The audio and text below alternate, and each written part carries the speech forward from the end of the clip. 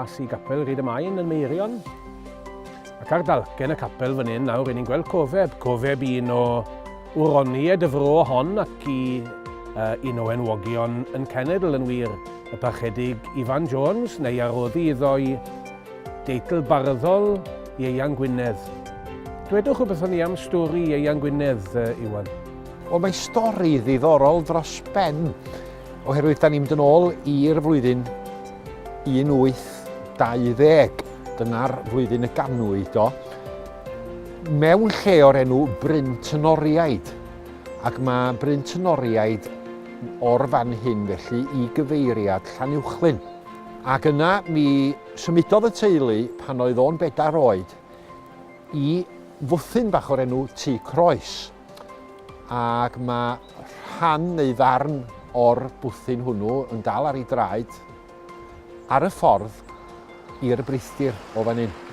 Ond wrth gwrs mae'r hanes o wedyn yn un diddorol a deud y lleia lle dydy.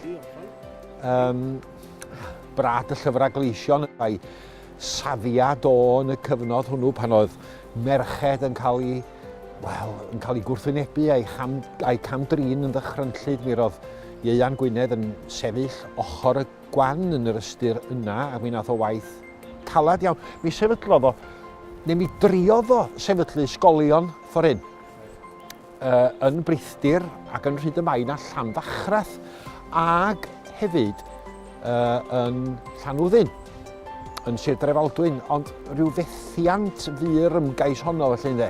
Mi ath i Lanwddyn yn weinidog i Sardis Llanwddyn.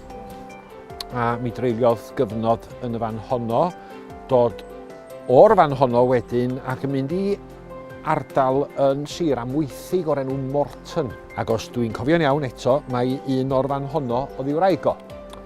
Catherine dwi'n meddwl oedd enw i'w wraig o, ond mi anwyd merch iddyn nhw, fe gollwyd y ferch yn ifanc iawn yn blentyn a fe gollwyd y fam hefyd.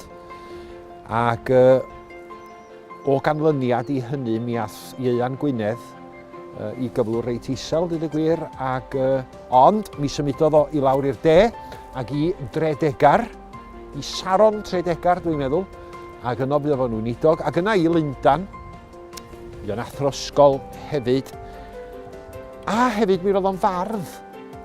A does dim llawer iawn o'i waith o wedi goheiddi, ond mae yna un emyn sydd wedi ymddangos yn Caneuon Ffydd. Oes, mae yna un emyn, mi roedd yr emyn yn y Caniedydd hefyd, a dwi'n siŵr am y llyfrau yna enwadol eraill felly. A'r emyn ydy, maint yw chwerw boen y byd, mi roedd ymryd ar Iesu. Ac bob cystydd, trwm a loes, mi dreilia foes i'w garu. Dyna yr emyn sy'n gysylltiedig efo Ieuan Gwynedd. Wedyn dyna y fymryn bach o'i hanes o. Wel, diolch yn fawr iawn Iwan am roi ychydig amser i ni fan hyn y prynhawn yma. A diolch i chi'n wir am adrodd stori mor ddiddorol a stori Ieuan Gwynedd. Synwn ni fawr na fyddwn ni chlywed mwy amdani ddi yn mis Mehefin ac fe edrychwn ni mlaen yn fawr at hynny. Pob dymuniad da i chi yn bersonol ac fel eglwys ac fel cylch fydd yn croesawu ni. Pob bendith arnoch chi.